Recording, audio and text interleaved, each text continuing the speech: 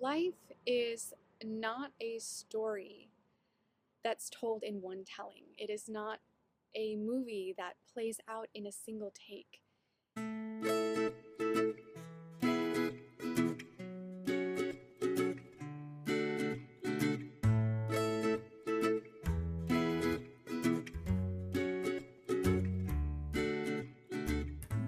Hello, I'm Bree. Welcome to my YouTube channel, and this is day 2 of a 31-day video challenge that I am doing for the month of August.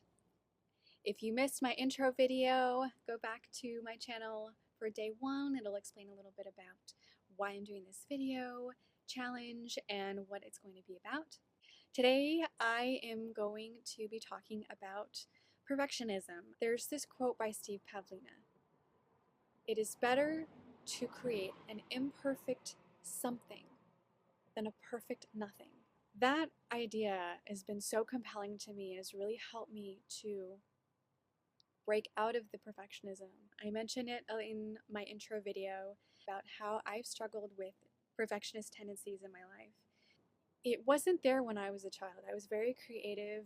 I loved crafts. I would make things out of nothing. And when I was 7 years old, I got my first diary and I discovered I loved to write. But in my early adolescent years, I got hold of the diary of Anne Frank. I wish that I could say that her story and her diary had a positive impact in my life, but that wasn't exactly the case. I read her diary and immediately and detrimentally got it stuck in my head that maybe someday somebody might discover my diaries and publish them.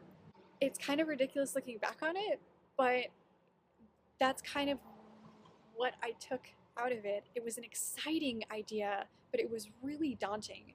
Suddenly, my personal private thoughts had to be of a quality and caliber that could potentially be read by millions. I started to censor myself. I started to edit my own private thoughts. I would get a new diary and tear out the pages because I felt like the introduction, the beginning wasn't good enough. And it reached a point where I couldn't really even finish them. A diary is meant to be your friend, is meant to be a private space where you can get all the internal stuff out. But I wasn't allowing myself to do that anymore. I felt like I had to create this perfect book in one go from start to finish, like the story of my life. And that started to make its way into other areas of my life. I ended up deciding to pursue a career in filmmaking. It was kind of this convergence zone of all these different things that I loved. It was very creative kind of path to take. So I moved down to the LA area. I started going to school. In that process, I found out that no woman had as yet won an Oscar award for Best Director. That vision took possession of me. It was so thrilling to think about breaking that glass ceiling and being this pioneer in the industry. But because I had this really high bar set, I ended up just stunting myself. I started some projects and would stop. I just didn't have the confidence in myself. I was never satisfied with anything that I made. I didn't allow myself to just go through the process, take the baby steps to create and develop over time. I remember sitting in the living room watching the Oscars in 2010 when Catherine Bigelow was nominated. I sat there with my heart racing and my palms sweating. And the thought that was going through my head was that if she wins, my life begins. And thankfully, she did. And kudos to her.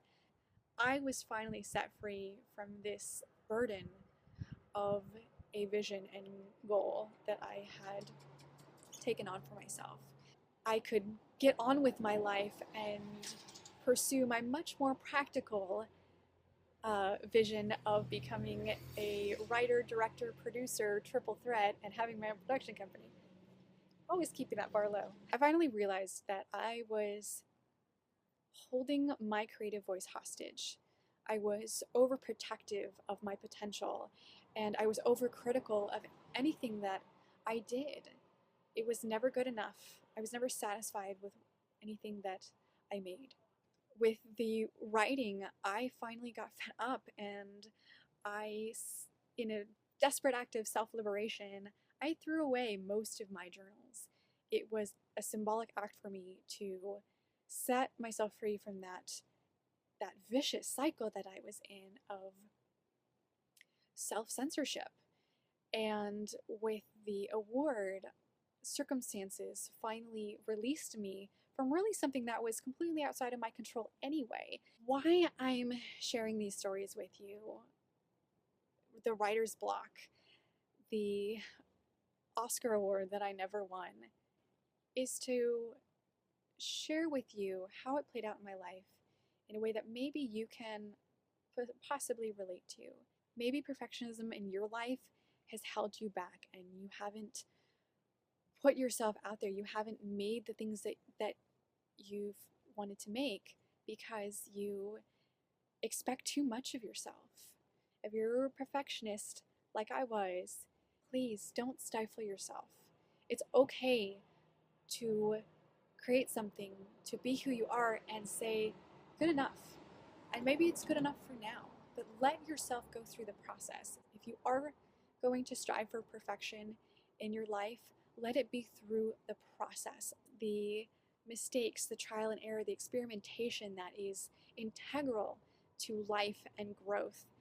There are so many ways to experience and be and do things. So experiment.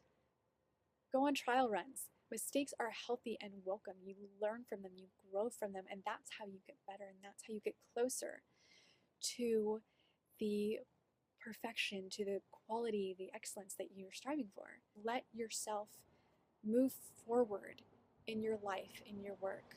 Beyond perfectionism is the freedom to live and be yourself, not in the elusive someday, but today, here and now. This is where your power is. This is where you get to exist. Give yourself permission to be imperfect.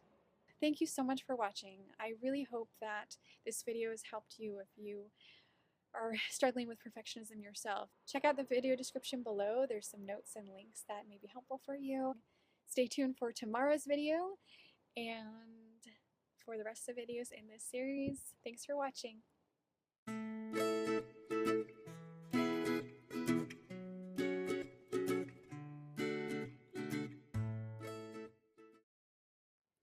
You are perfectly imperfect.